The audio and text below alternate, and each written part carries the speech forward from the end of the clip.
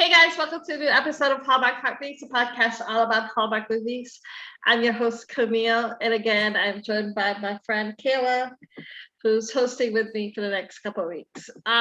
This week, though, we are joined by a special guest who starred in this week's Hallmark Christmas movie called Christmas in Harmony, Tia Streaty, who played Felicia in the movie. Yes. Thank you so much for joining us.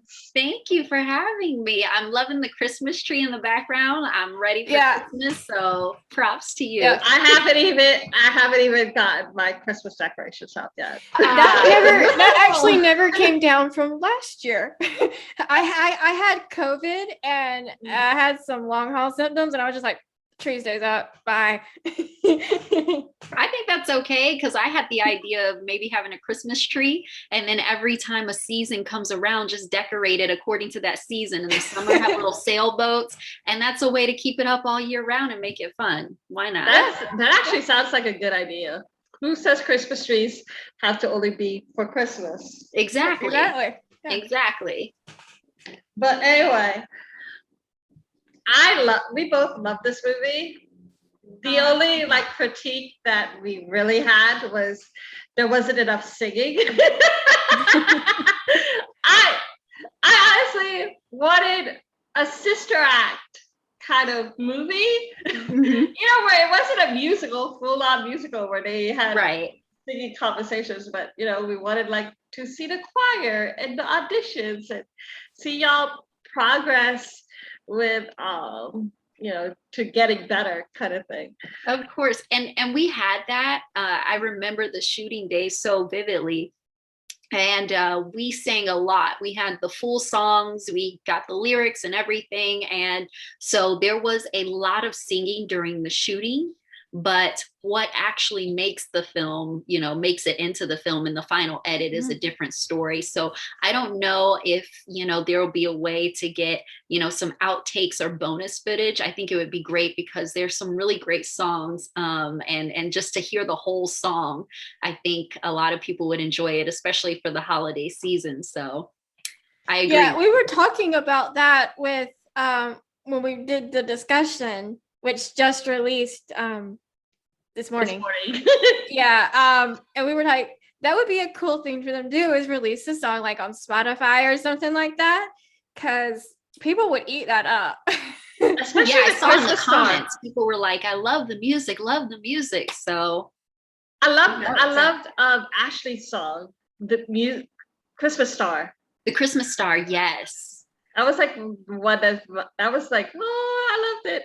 Which I have to ask you this, because you had a scene where you sort of auditioned for the song, to sing the song, but your character didn't sound good. And I know you can sing. Okay, so I know you can sing. How hard is it to act like you cannot sing? So I cannot sing. Let me say it this way. Everybody can sing, but there's a difference between singing well and not singing well. So I am not, that is not my first talent. It's not even my second or third talent, to be honest. Luke and Ashley both sing, and they've sung professionally. For me, it's more like extracurricular in the shower type thing. So it actually wasn't that hard to sing terribly. And I bet you are just underselling yourself. Absolutely. I wish if I could sing, I would say, you know what, let me go ahead, you guys, let me just sing something for you right now. I cannot sing.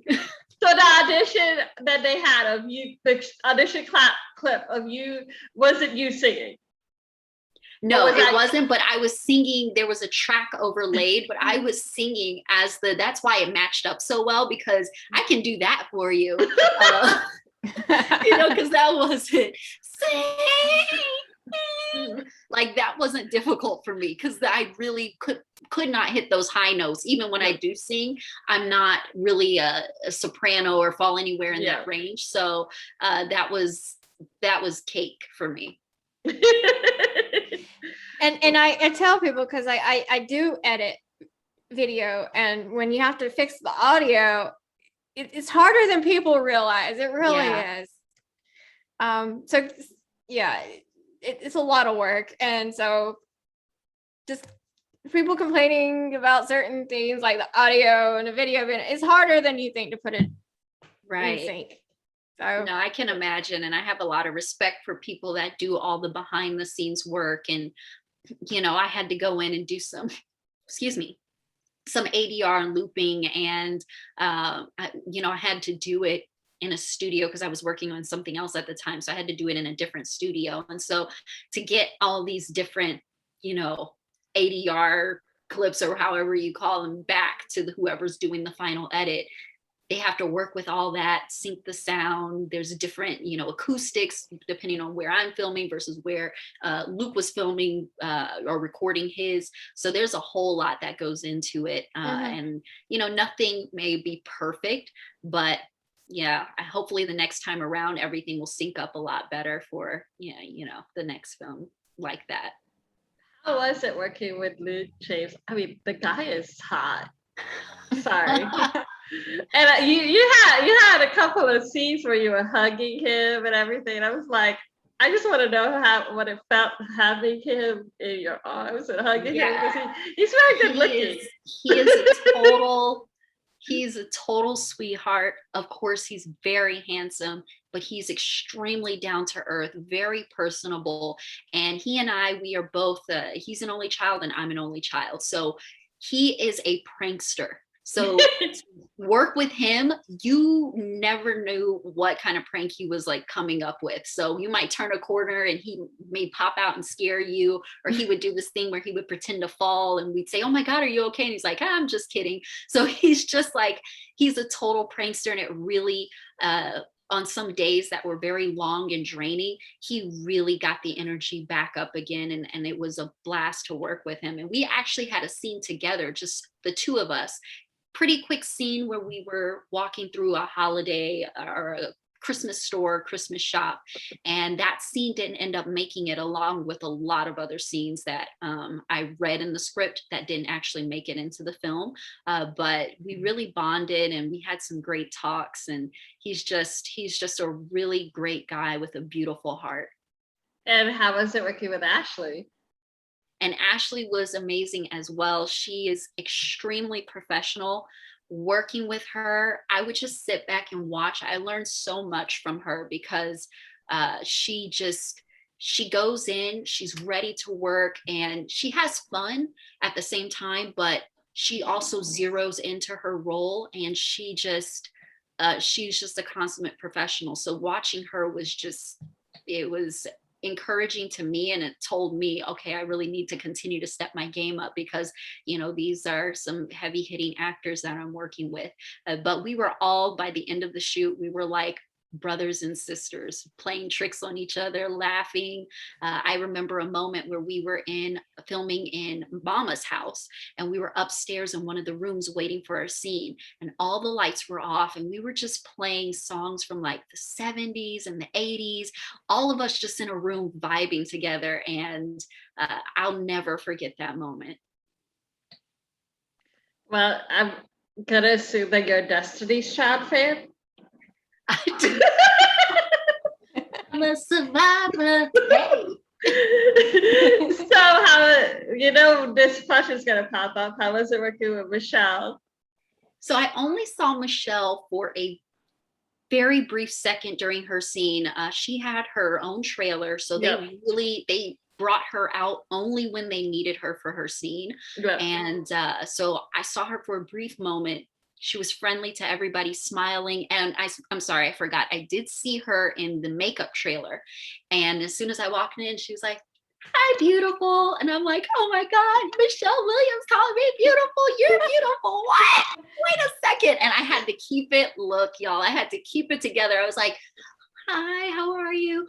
But in the makeup chair, I'm like, oh my gosh, Michelle Williams is right there. She was very sweet. Oh my goodness. And then of course the legend, Loretta Devine, who is Mama. I call her Mama. Look. I think she was my favorite in that movie. Oh yes. I mean, she is the name that carried the movie, but she also like brought everything together. She was the comic relief, and I love that they kind of had their own separate love story. Loretta and Basil, they had their own separate Deacon story. was a little flirtatious at Yes, church. Deacon was trying to get his Mac on. So yes. I heard a little bit of double entendres in that conversation. It's like, Deacon, you're not supposed to be saying that at church. Look, they were so cute when they weren't on film, seeing their chemistry, and they both have a great sense of humor. And Loretta's she always plays, for the most part, I won't say always, but for the most part, she plays that role of just sweet, nurturing, but she also has this other very like funny, sassy side to her too that we got to see off camera. And it was just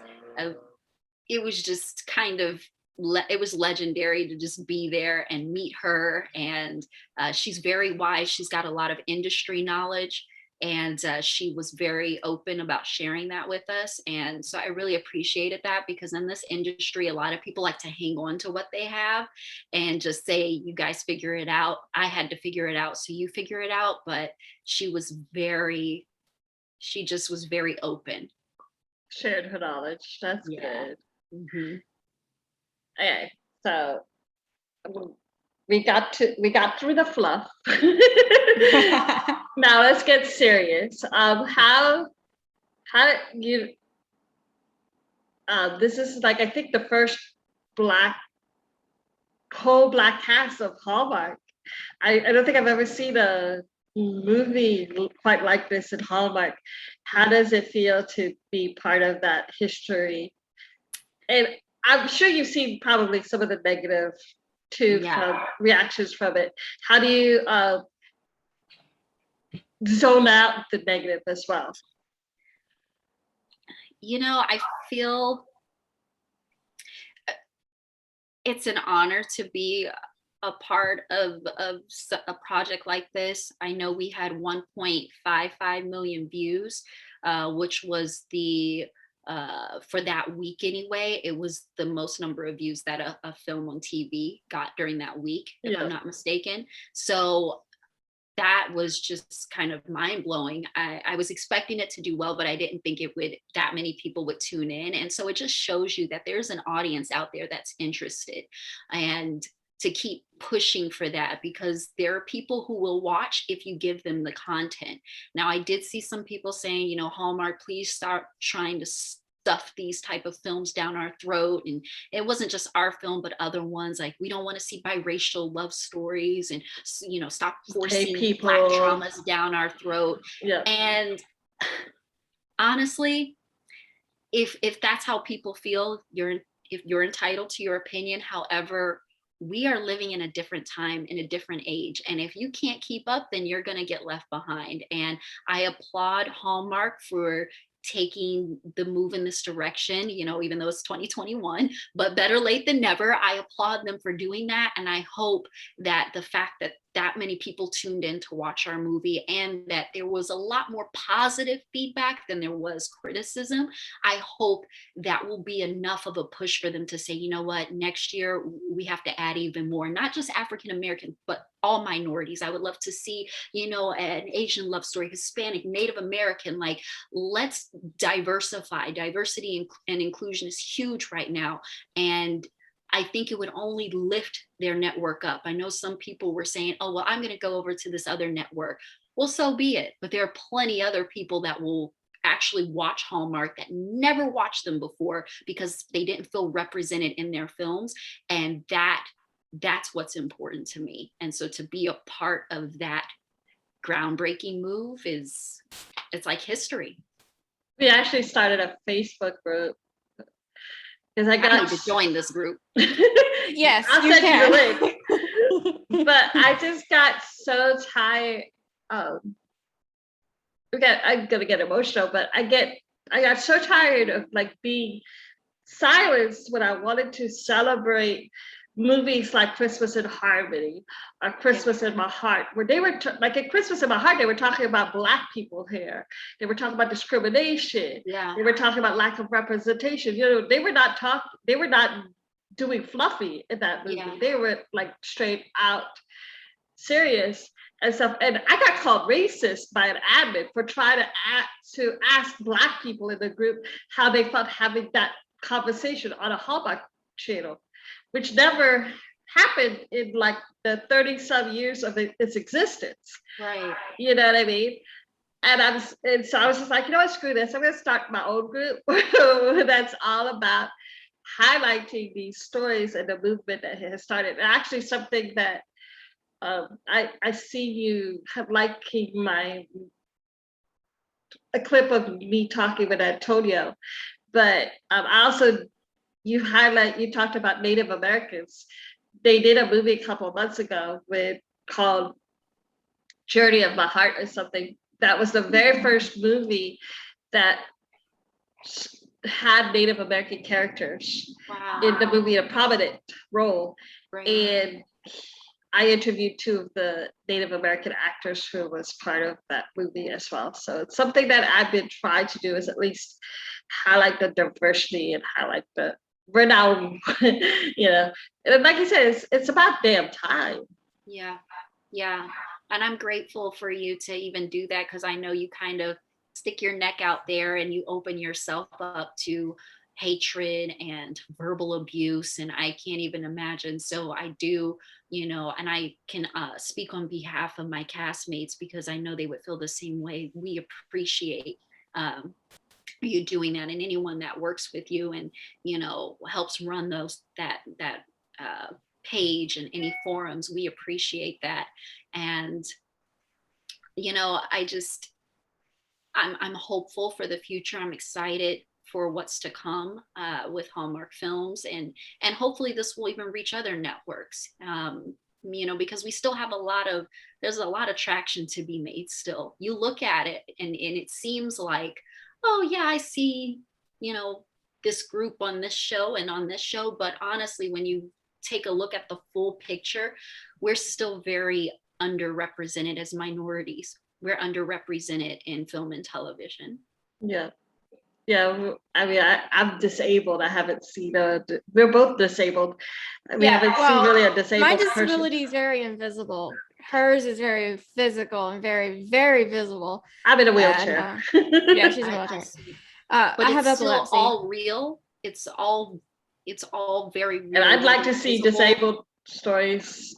Well, I'm going to tell you something. I hope and pray that you will write a movie, because it seems like you both know these movies like the back of your hand, and Hallmark follows a formula. And the writer who wrote Christmas in Harmony is a Black female writer.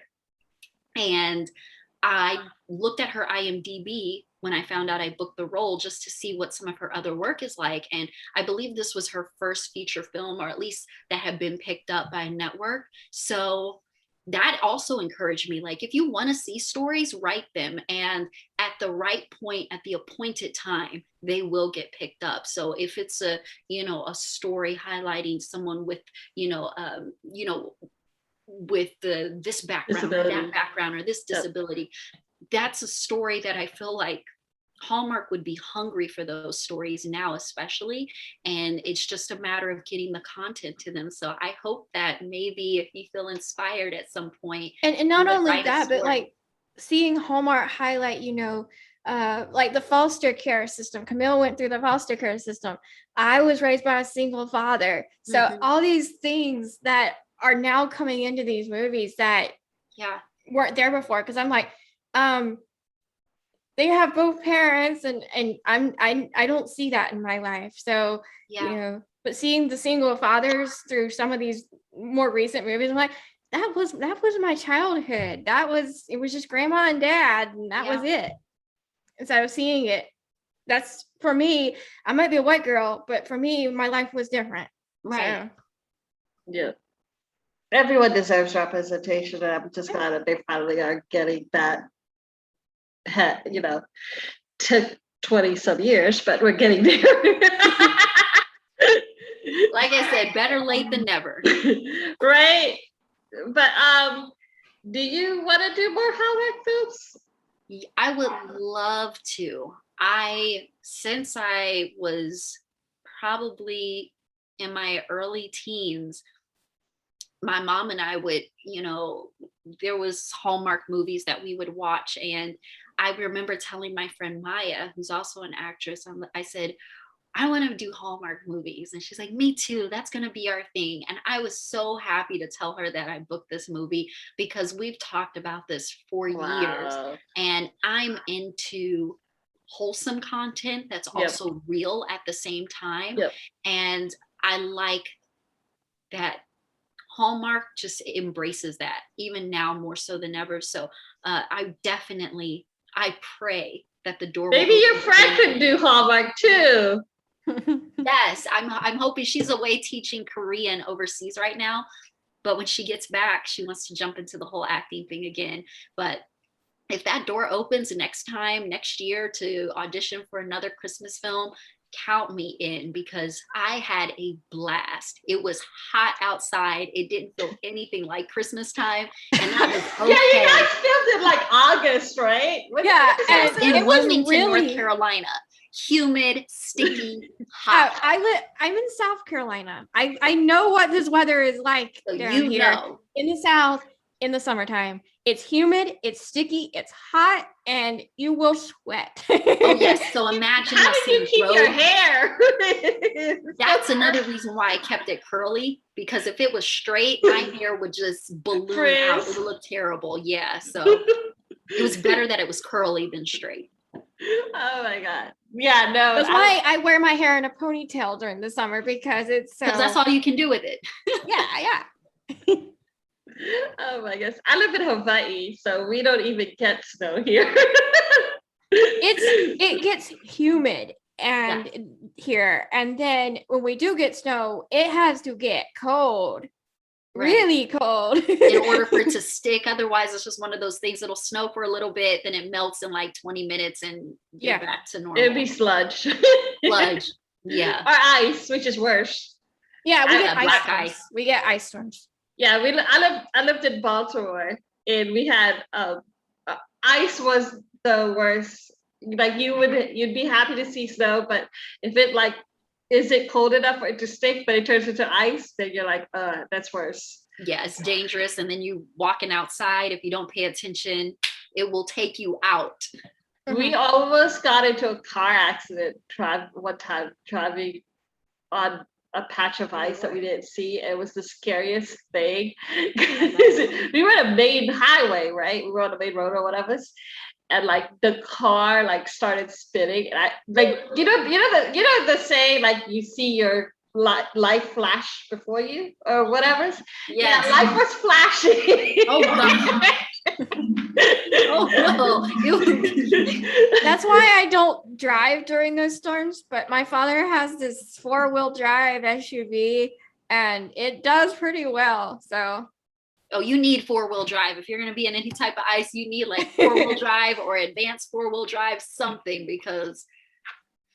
Where are you from? I hear an accent. Really? A little bit. So I was born in Germany.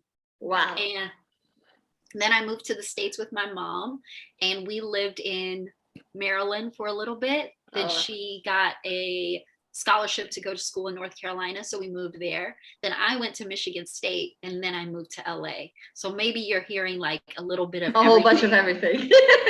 No, I could hear a little bit of twang. It could be North Carolina. When you hear well, she's used to hearing my southern twang, so I mean, I was born and raised in South Carolina, so yeah. But where in Maryland were you guys at? We were in Oxon Hill. Oh yeah, you told me. Mm-hmm. Yeah, I was in straight up Baltimore City. Anymore. Yeah, straight up. But anyway, do you go to you don't mind me asking, are you an AME member as well, like your character? So no, I do attend church. It's just a non-denominational church out here in California, but that's another thing, because I am a believer, that film was very special to me because we got to film in a very historical church. And where did you guys film? What church was that? it was the historic church. So let me see, church. But so we actually got to film in there and then singing the songs that, some of them were your traditional songs and some of them had a very spiritual element to them as well. So it was like a double win for me. But and even though I mean I was raised in the Southern Baptist Church, so Right. like those songs, like that's my childhood. So I remember hearing them as a child. So yeah. And the choir members were actually real singers as well. Like they sang in choirs too. So they had beautiful voices, and they already knew what to do. And I was just there learning from them. Okay, let's see. Oh, I'm sorry. We had 2 locations. I'm trying to look for the first church, but there was one, St. Andrew's Episcopal Church. And then I'm trying to see what the other church was called, because we filmed in 2 churches actually. But both of them have a pretty historic background. Let's see. Nope, that's not it. St. James Episcopal Church. Maybe they were both Episcopal. Well, AME says Baptist for sure. Well, AME says for African Methodist Episcopal, so there is a Episcopal part there. Yeah, I wasn't sure if it was actually, that was the name in the movie, but I for sure thought we were in a Baptist, but maybe it just felt like a Baptist church. Well, I can say that because I grew up in one. Yeah, it definitely brought back memories of going to church. So yeah. North Bethel AME is what the church in the movie was called, but yeah. So I enjoy it. Brought back deja vu, because I would totally be happy. We go to church and we'd be dancing and singing with the choir. Hallelujah, holiday chorus. We didn't have a hallelujah chorus. We just had the choir. Yeah, I mean the choir would do like a Christmas concert, like right the Sunday before Christmas or whatever. Yeah. And so yeah. Do you have any questions for us? Yeah. So I mean, I'm so curious, when did you begin to have a passion for watching Hallmark films and really make this a thing where you wanted to start a group and talk about the films and follow the progress? I actually She loves Hallmark movies. That was her passion project. We host another podcast together for a TV show called The Resident. Stars Malcolm Jamal Warner, Morris Chestnut, Matt Zuckery, and we love that show to death. And so we have another podcast that we discuss the episodes as they air. Okay. And it's been in hiatus because of baseball, so we've been focusing on this. But she's like, can you please help me during Christmas? We're going to be so busy. And I was like, yes, you will. I love Christmas movies. I love Christmas. And she knows that. So I was like, I agreed to help her. So. And I've been watching since 2018. My first movie was actually not a Christmas movie. It was a fall movie with Tyler Hynes. And I fell in love with Tyler Hynes. And what made me want to start this podcast was Kayla got sick with COVID. I've actually been wanting to start a podcast on my own for a while, but Kayla got sick with COVID, and I had to learn how to edit stuff on my own while she got sick, because she was the one on the side who was doing the editing.